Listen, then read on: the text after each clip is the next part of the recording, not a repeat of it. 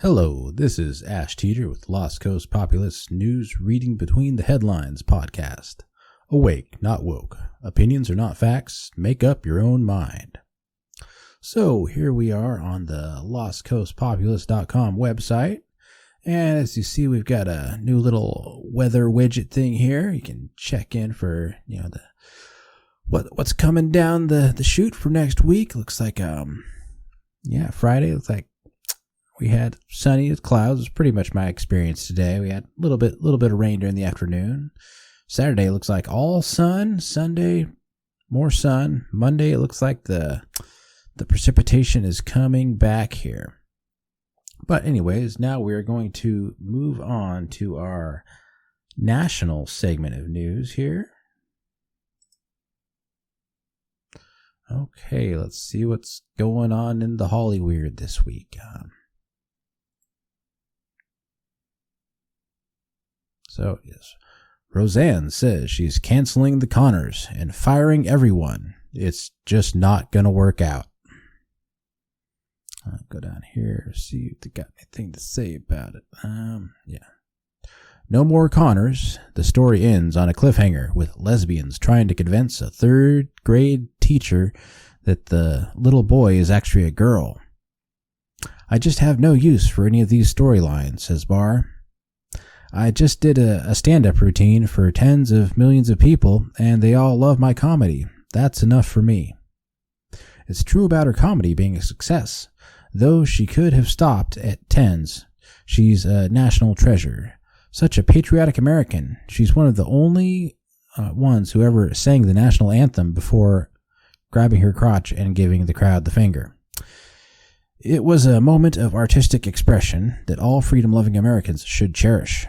Hopefully her new path will bring her back to the small screen where she can delight people who still consider cable news a viable source of information. God bless America. Well, then another Roseanne update. CBS offers Roseanne Barr $100 million to write a new sitcom. And it's true. Tim Allen and Roseanne are teaming up to write a sitcom. So that should be interesting there. What else here? Oh yes. Judge tosses out Whoopi's lawsuit against Musk and Twitter. Whoopi Goldberg's Hail Mary lawsuit against Elon Musk and Twitter has failed hard. Judge Joseph Barron of the 65th District Court of Writs and Warrants declined to authorize the case, calling it a travesty of litigation. Goldberg claimed in her suit that because Elon Musk banned her from Twitter, he violated her constitutional right to free speech. Musk's lawyer, Sandra DeBott, reminded Judge Barron that Goldberg's account was deleted after she quit the platform voluntarily. Well, I guess if you quit something voluntarily, then, you're kind of asking for it.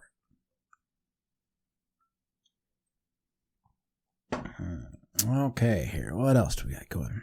Oh, the feds charge former ABC News producer with transportation of child pornography. That's not good. Let's see here. This is James Gordon Meek resigned abruptly from his job after federal agents raided his Arlington home.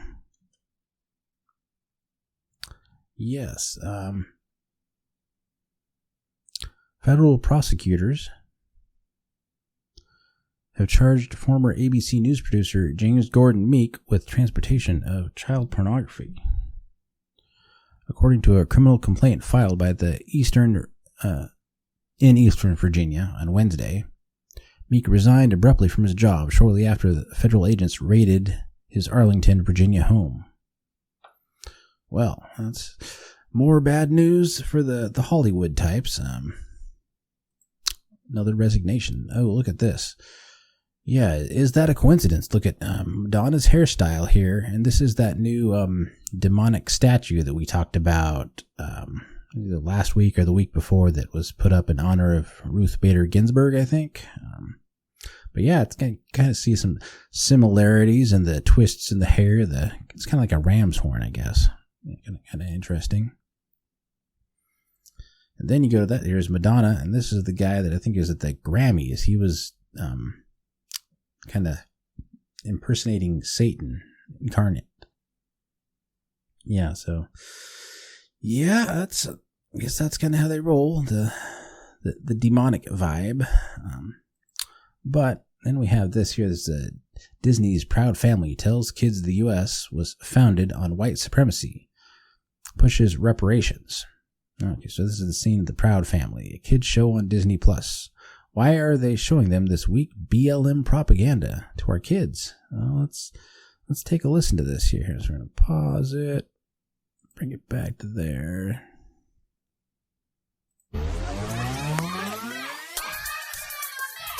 Christian A. Smith, his legacy is a myth. Christian A. Smith, his legacy is a myth. Christian A. Smith, his legacy. They're just kids. Wait a minute. Back up. Hey, what were you doing? Hey, up.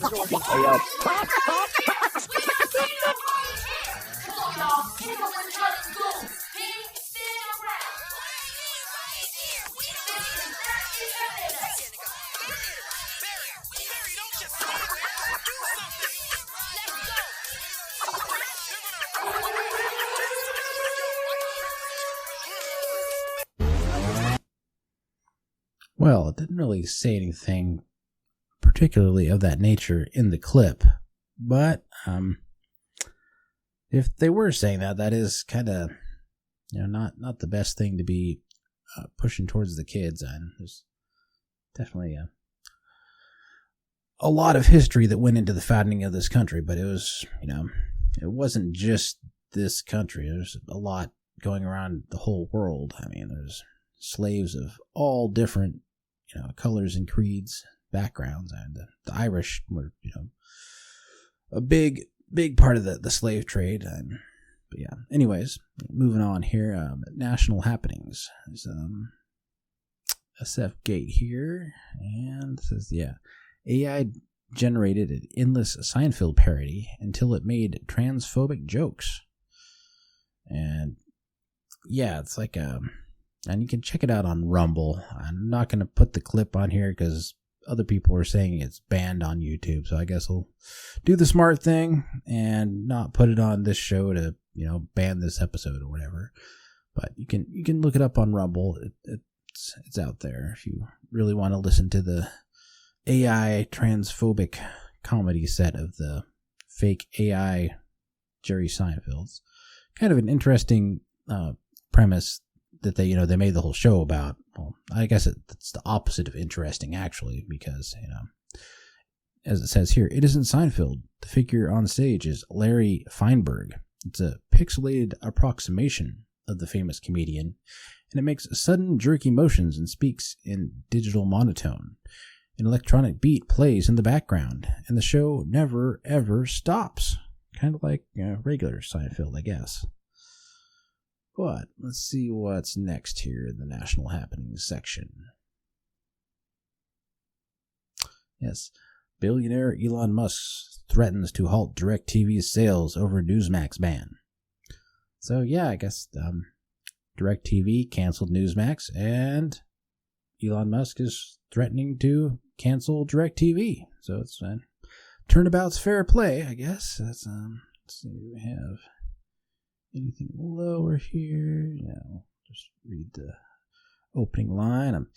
Elon Musk, the billionaire entrepreneur known for his ventures in electric cars, space travel, and tunnel digging, has taken a new challenge on TV satellite warfare. In a tweet storm earlier this week, Musk threatened to block DirecTV's satellites if they do not reinstate Newsmax, a conservative cable news channel that is dropped by the company after the recent storming of the U.S. Capitol.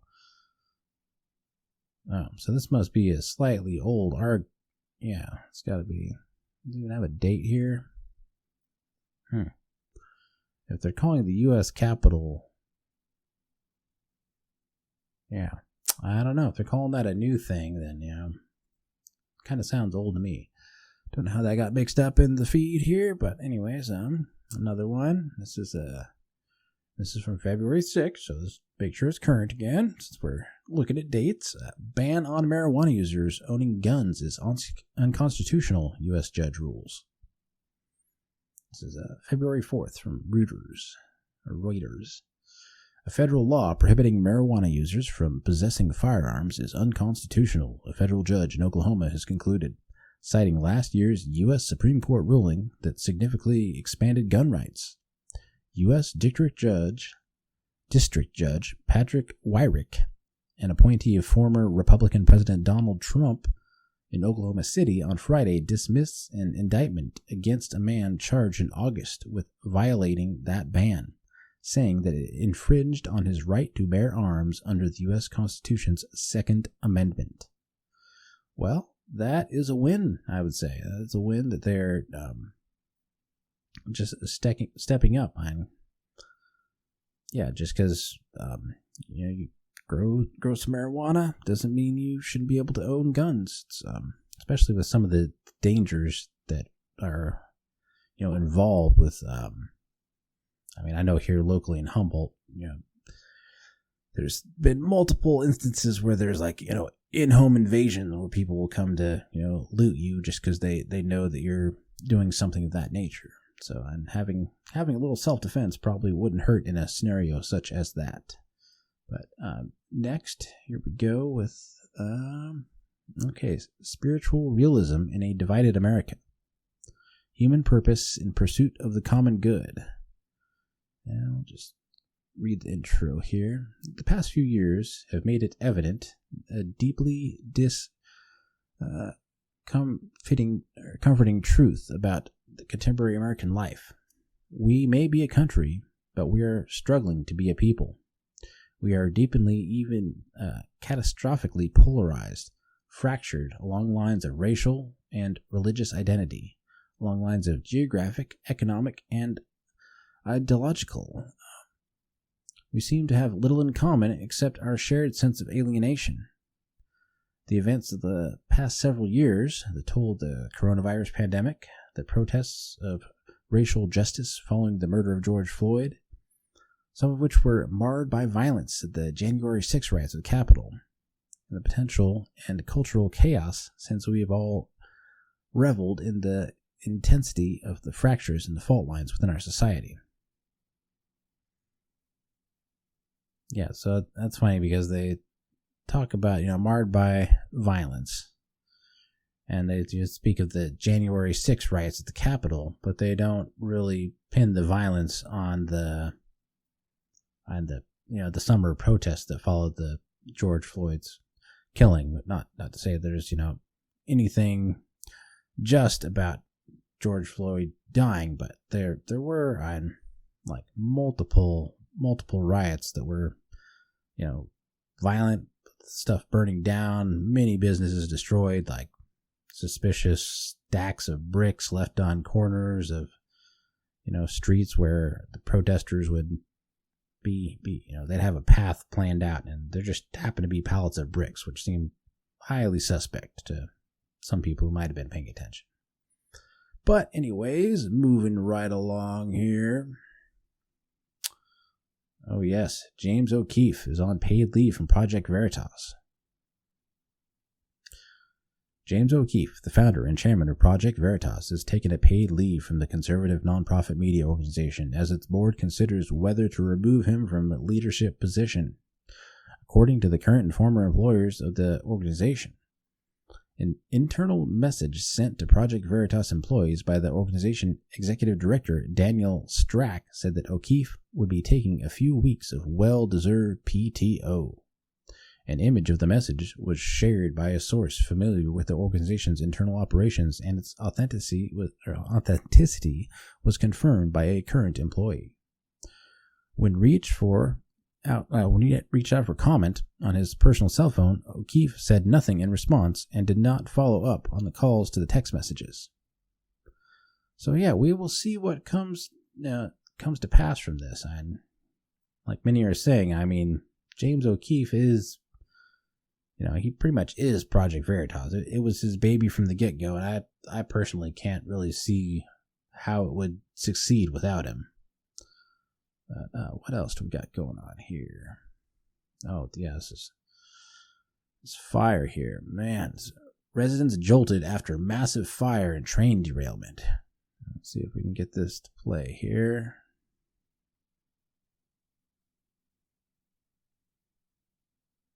Right after this commercial for whatever this is. Pink Ladies. This is Pink Ladies. So, Barrasso talked with those who lit, but it could be days before life returns to normal for this community. And KDK's Jennifer Barrasso talked with those who lit, whose lives have been disrupted.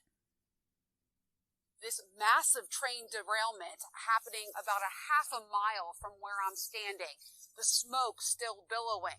Meantime, many people I talked to say they had no idea anything was wrong until they heard sirens Friday night and got a knock on their door.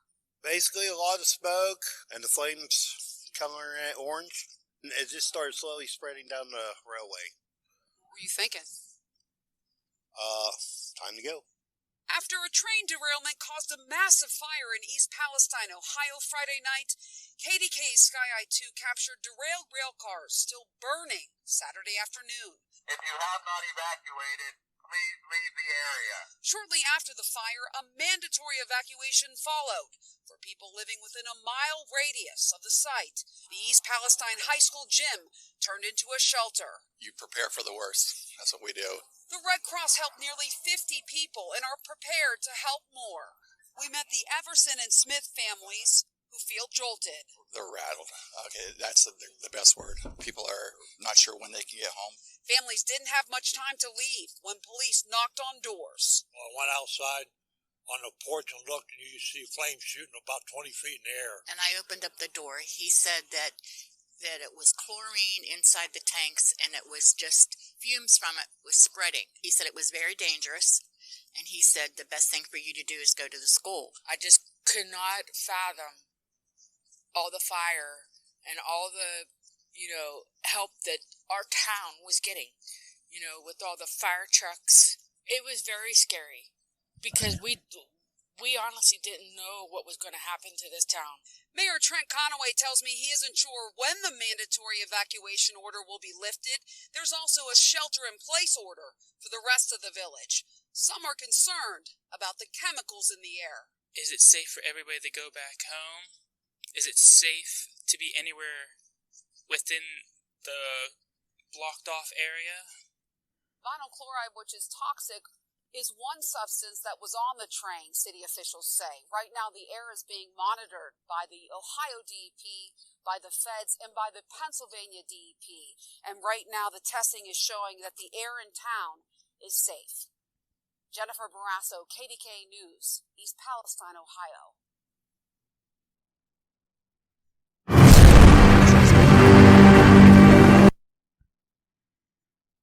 Well, yeah, that's terrible. See that train accident. That's yeah, just terrible stuff there.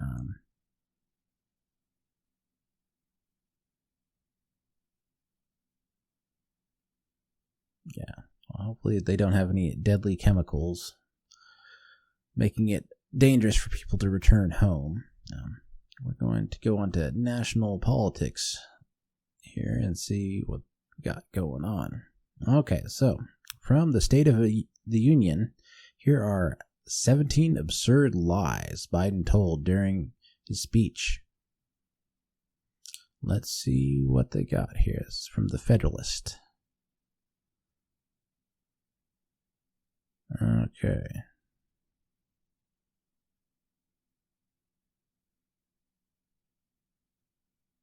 Freedom will always triumph over tyranny. Powerful sanctions stopped Russia. I'm always honest. The American Rescue Plan worked. Trump's tax cuts only help the rich. I created lots of jobs. Or were they just returning after being canceled from the pandemic? Buying American products is a priority. Our economy roared back faster than almost anyone predicted. Oh man, yeah, it's just sizzling out there. The solution to inflation is lower your costs. My tax plan will lower costs and the deficit. Anyone making less than $400,000 a year doesn't have to pay more taxes. Unless you're a waiter or a waitress and you make money on tips, because that's something new he's going after. Let's lower the cost of insulin after I raised it. Yeah, that's how you make progress. You make a problem, then you fix it. Funding police is necessary. Well, duh.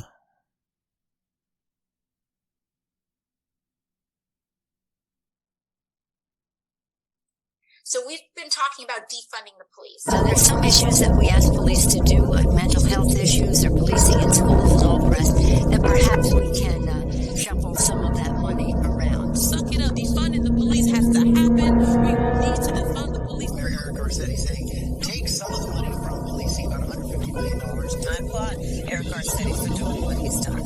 Not only do we need to invest for police, but we need to completely dismantle the Minneapolis Police Department. So yes, defund your funds. Defund your... Yes, this will lower the allocation of resources from NYPD. We will be moving funding from NYPD to youth and social services. They are talking about reducing the allocation of resources to that department. And I think every single city in this country... Well, we don't need to listen to all 7 minutes of that, that's for sure. And it's tragic when they put super loud music like that and then have like the voices so quiet, just like really hard to pay attention. But anyways, the right to vote is under assault. It's like, yeah, not really. I mean, you're extending it, like California, you don't even have to really be a citizen to vote. So I guess you could look at it in one way and say that, yeah, the right to vote is under assault because people who are, actually citizens, their right is being disenfranchised by extending that, that right to people who are not citizens. So, yeah, you could say that. Gun manufacturers are immune to lawsuits. I don't think so. We need to secure our border. Well, yeah.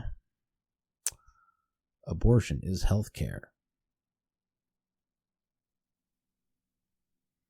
And that's all for that article there. And next we're going to take a flashback. This is something Donnie Creekmore, LCP founder and another fellow LCP journalist, he dug this up probably for something else, but I thought I'd throw it in here too, just because it goes through. Since we're, reading lists of Biden lies, I thought it kind of fit to go through the communist goals of 1963 congressional record and just see how they kind of line up with the, what the Biden machine's been pushing as far as their, agenda and whatnot. So number one, U.S. acceptance of the coexistence as the only alternative to atomic war. Number two, U.S. willingness to capitulate in preference to engaging in atomic war. So I guess, that's kind of just all threats of get along to go along to avoid war, I guess. Develop the illusion that total disarmament of the United States would be a demonstration of moral strength. Oh, we definitely have that. It's all the do-gooders out there saying, just in this day and age, we're so sophisticated that you don't need guns. I mean, Only the bad people are going to use them, but what is it? The people who go out and commit most of the crimes, are they using permitted guns? Do they have licenses? Probably not. Permit-free trade between all nations, regardless of the communist affiliation, and regardless of whether or not items could be used for war. Extension of long-term loans to Russia and Soviet Union satellites. Provide American aid to all nations regardless of communist domination. And this, Russia isn't really communist anymore, so it's not really applicable. But China is, and you can definitely see that going on. Grant recognition of Red China. Well, that's definitely happened. Now, admission of China into the UN. Set up East and West Germany as separate states, despite of Khrushchev's promise to the 1955 to settle the German questions by free elections under the supervisions of the UN. Prolong the conferences to ban atomic tests because the United States has agreed to suspend tests as long as negotiations are in progress. Allow all Soviet satellites individual representation in the UN. And that, I guess you kind of call Ukraine a Soviet satellite and trying to get them on the UN. That seems to be something that's kind of happening there. But there's a lot more to this, and we're not going to go through all of these because there's still quite a bit. Yeah, infiltrate, gain control of businesses, gain control of unions. Yeah, it happened. They've definitely been working on discrediting the FBI. Yeah. But anyways, we will move on to actual current stuff here, but it's interesting to glance back at that. And, yes, journalism watchdog chastises Pulitzer winners for Trump Russia tales. And this is something like Trump has been talking about, is that like these news outlets like the New York Times, who receive Pulitzer prizes for, writing their stories about all the Russiagate hoaxes, they should have their prizes stripped from them because it was all a bunch of malarkey. It wasn't true, and it's came to be found out that it wasn't true. So, an 18-month investigation by the liberal media watchdog Columbia Journalism Review has delivered a major black eye to the New York Times and other Pulitzer Prize winners for their stories about the Trump-Russia saga, finding serious flaws in their coverage and no acknowledgement that the accusations of collusion with Moscow were never substantiated.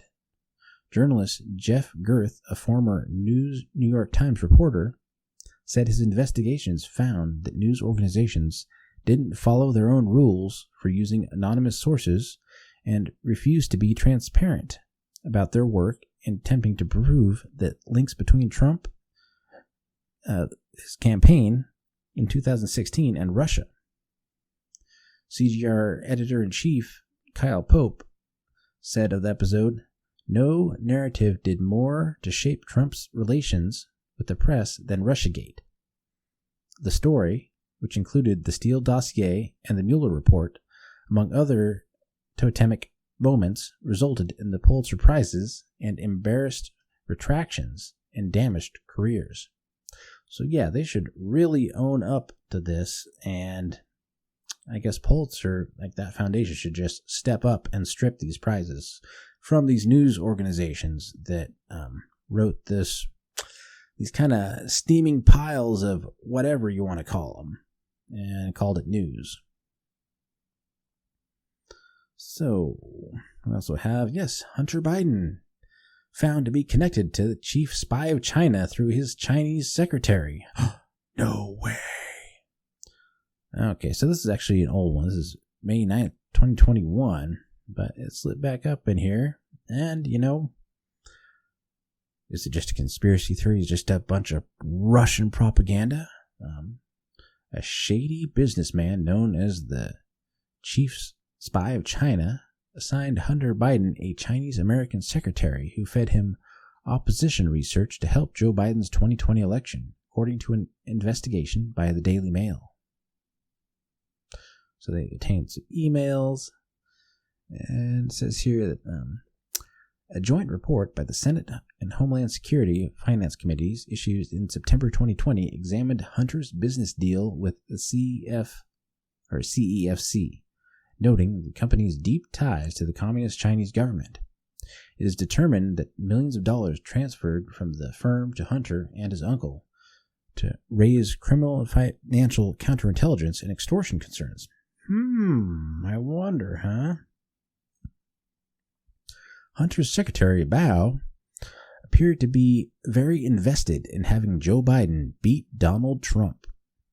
In March 2019, an email to Hunter, Bao told Hunter, "You need to help Uncle Joe run for president. Your father should really run for 2020 for this country. He will be one of the best presidents in our country's history." Echoing China's foreign policy, Bao reportedly promoted negative stories about Trump for Hunter to use, including allegations of selling citizenship to corrupt Chinese officials. His alleged links to a Chinese-owned Florida prostitution parlor, and letting human rights violations slide in negotiations with China. Yeah, what do you think? I mean,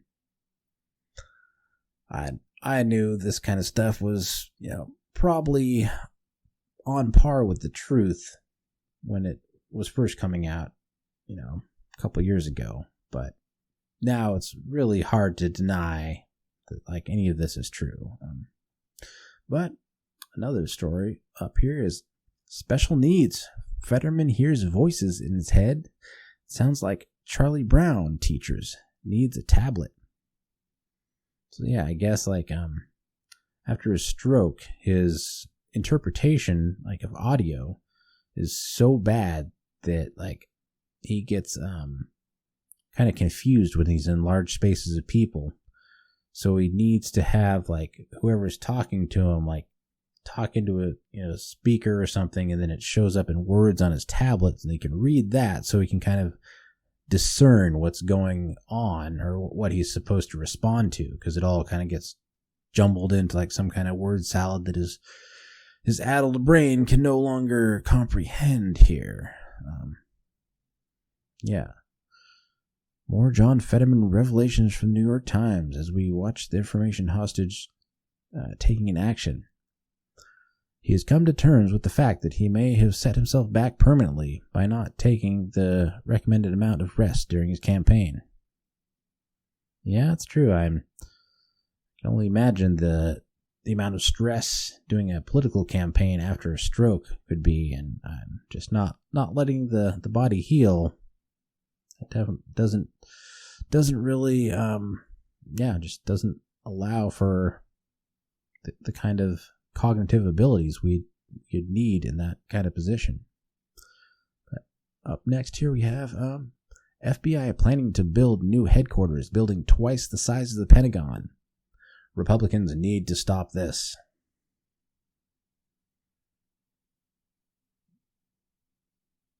Yes, the federal government is proceeding with plans to build a new FBI headquarters complex twice the size of the Pentagon building. Riveted to the colossal new project are woke regulators to ensure that the FBI Center will comply with the diversity, equity, LGBTQ+, and climate change political goals. The plan, unveiled last September, has received little attention. For years, the FBI has sought to vacate its present headquarters, a brutal concrete bunker on stilts that occupies 2 city blocks between the White House and the Capitol. Plans for the new FBI headquarters specify that it will be built in one of 3 sites in suburban Virginia and Maryland. These sites are large parcels of 58, 61, and 80 acres. Wow. That is some space to stretch out, that's for sure. No doubt there. But on we go. Yes. New York Post, Biden's, but Trump deceptive balloon defense deflates. Haha, balloon deflates. So, reads, Joe Biden continues to think he can get away with anything as long as he claims to be better than Donald Trump. But he's trying it with national security. Is a Chinese balloon floating over the continental United States from end to end an embarrassment? Sure. But, say an anonymous administration official, Trump had a balloon too. Many balloons. More balloons. No one saw these Trump-era spy balloons, and U.S. officials knew nothing about them. But Biden's unnamed officials learned all about them after Trump was out of office. So how and when did this happen? Who knows? And this brings us on to our next little story here, which is, the unnamed flying object that got shut down up in Alaska.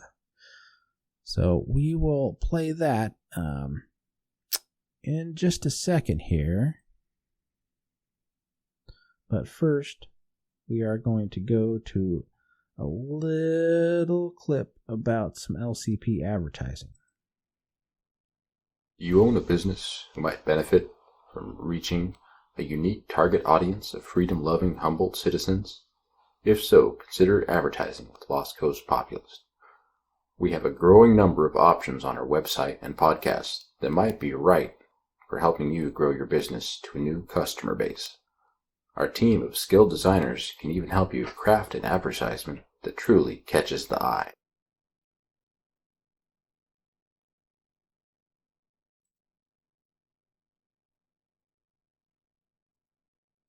Add to information already provided. So first of all, to add to information already provided earlier by the White House, at the direction of the President of the United States, fighter aircraft assigned to U.S. Northern Command successfully took down a high-altitude airborne object off the northern coast of Alaska at 1:45 p.m. Eastern Standard Time today, within U.S. sovereign airspace over U.S. territorial water. On February 9, North American Aerospace Defense Command detected an object on ground radar and further investigated and identified the object using fighter aircraft.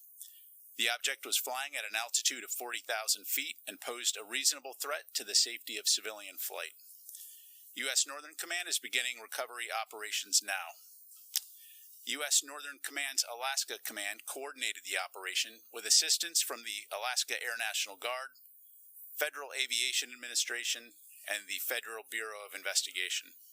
We have no further details about the object at this time, including any description of its capabilities, purpose, or origin. The object was about the size of a small car, so not similar in size or shape to the high-altitude surveillance balloon that was taken down off the coast of South Carolina on February 4.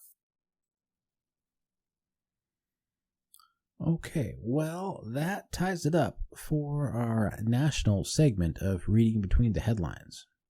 We will be back later for our international and global segment, but until then, I could say talk to y'all later, okay? Have a good one.